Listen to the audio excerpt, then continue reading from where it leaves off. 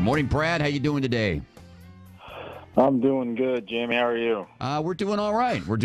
We're hanging in. Tough one last night, huh? Yeah, it's always tough when you lose late. Well, especially in the tone of a grand slam. I think that makes it even tougher. Yeah, I mean, the bigger the lead, the later the game, and you lose, the more it stings. What we were all set to ask you all about Andrew Romine. We thought we were going to have some scoop. We thought we were going to, you were going to come on here and announce that this is the day it was going to happen. And then we actually did a little bit of research and realized you'd said it's not going to happen today. So great show prep on our parts. But sorry, disappoint. I hate disappointing you guys. Yeah, I know. You each day you think, how can I not disappoint Jamie and Stoney? But what's the thought process behind not doing it today?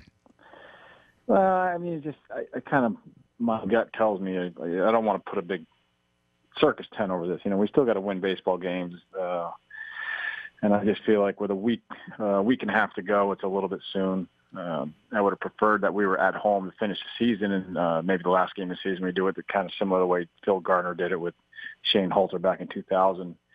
So I just decided to wait, and we'll just see where the Twins are at the end of the season, and possibly do it the very last game. You mentioned the Twins. It's kind of weird in a way because of all the trades that were made with you guys. That they play you guys 7 times. And the Angels have to play Cleveland and all that kind of stuff. You guys have a big portion of this wild card hunt. Does that give you the players any more motivation? Yeah, I mean, definitely. We definitely have the ability to impact the Twins' season here coming down the last 10 days. There's no question about that, playing them 7 times. And I think, guys, when you get into that atmosphere where the other team is in the hunt, it changes the whole approach really for a team like us who's out of it. When we're playing Oakland or the Chicago White Sox, there's a little bit of energy sapped out because neither team has anything really to play for other than pride. So it changes a little bit when you're playing a team that's in the hunt.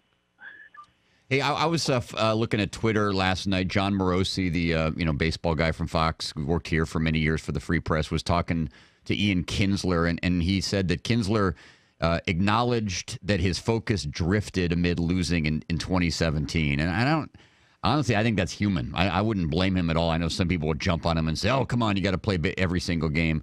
You've been through all sides of this, Brad, on winning teams and losing teams as a manager and as a player. Is that just a common reaction, or is that disappointing to hear from as his manager? No, well, first of all, Kins plays every day.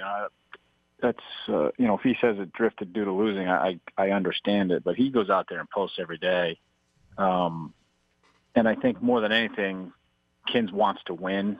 For a manager, that's the only stat they care about is winning. For players, there's a lot of other things that are involved. It's their career. They're trying to make money for the family. They want to win. But Kins is truly a guy who winning is the priority. He's played a long time. He's made plenty of money. He's been an all-star a number of times. And he really, especially at this point in his career, he just wants to win, so I completely understand where he's coming from. Well, we've talked about the year Cabrera's had. Are you surprised equally that Kins has struggled so much? Kins can be a streaky hitter, and he just, at this point, he's actually gotten his best streak might be right now the way he's swinging the bat. He never really got rolling. He was like Nick and Miggy at times, had some misfortune in terms of hitting the ball hard and not getting any luck out of it. And similar to Miggy, I think both those guys will bounce back. Despite the fact they're going to be a year older, I actually think they'll both bounce back and have good years next year because they're just too talented. Sometimes players and even teams, for whatever reason, don't perform the way you expect based on the track record. And I think that's just the case. I think it's more of an aberration than anything else. You mentioned Nick Castellanos. He is closing in on 100 RBIs, and odds are he's going to get it, which, some people will debate whether the merits of that stat. I'm still a fan of the RBI because it leads to a run.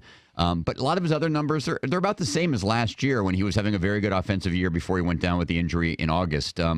Same player as last year, an improved player? Because I guess what's impressed me is since the positional change, it's not like his hitting has dropped off at all, which I think in some circumstances it might. Well, it's actually gotten better, I think. He's got a 16-game hitting streak or something going. Right. And you talk about RBIs, and I'm with you. on that, Jamie, because there are guys who just they have the ability to drive in runs, and Nick's one of those guys. And the other thing about Nick is he wants the spotlight on him. He wants to be up with the winning run on base or in scoring position. This is some guys are just they have that it factor that makes them better at driving in runs, and part of that has to do with power, being able to drive the ball in the gaps or over the wall, but Nick has it, and I see no reason. I hope he gets 100 RBIs this year, but I see no reason that he shouldn't be in the neighborhood of 100 on a regular basis.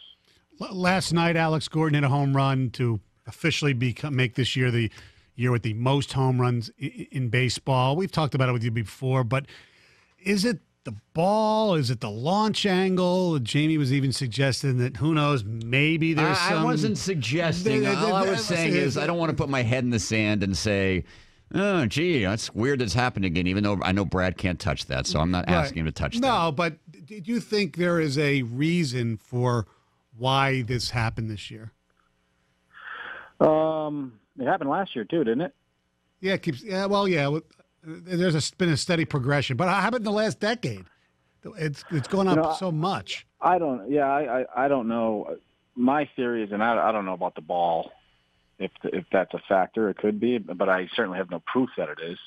I actually go back to, it sounds a little bit silly, but 10, maybe even a little longer, 15 years ago, where the home run became the it thing. They had the commercial, chicks dig the long ball.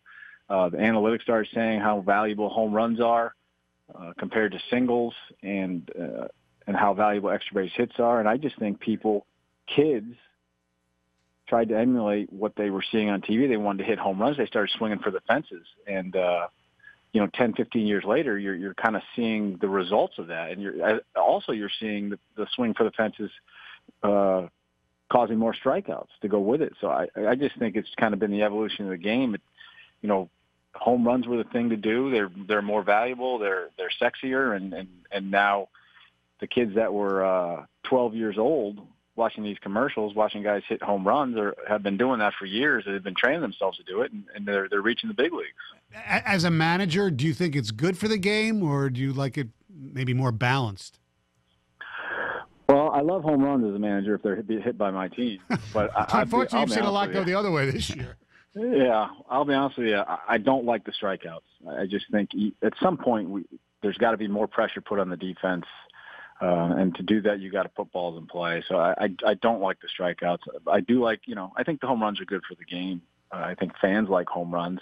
They don't like 4-hour games like we had last night, but they like home runs. But I don't like the strikeouts. Maybe it's the old school thing in me because I understand the analytics side, but there used to be something to be said for putting the ball in play, 3-2, putting the ball in play, having the guy running on the play or hitting and running or battling a pitcher for 9 or 10 pitches. I don't like the strikeouts.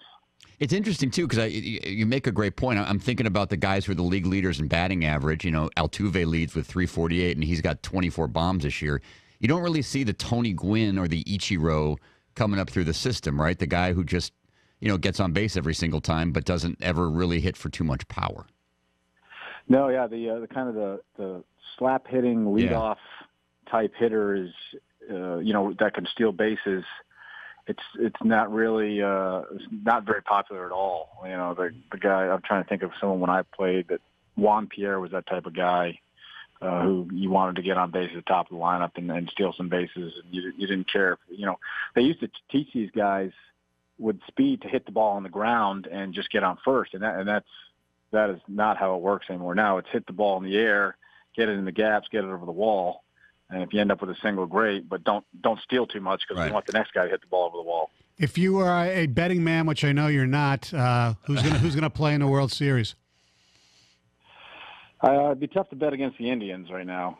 I think the way they're set up, they're the most balanced team, certainly in the American League. National League, I don't know. I guess I'll go Dodgers, but for some reason I feel like Washington's going to make a run. Brad, this is the last time we'll talk to you this year. It's been totally enjoyable for us. We really appreciate the time, and hopefully it wasn't too painful for you. Thanks so much. No, not at all. I actually enjoyed it myself. All right, good. Well, hopefully we'll talk to you soon. All right? All right.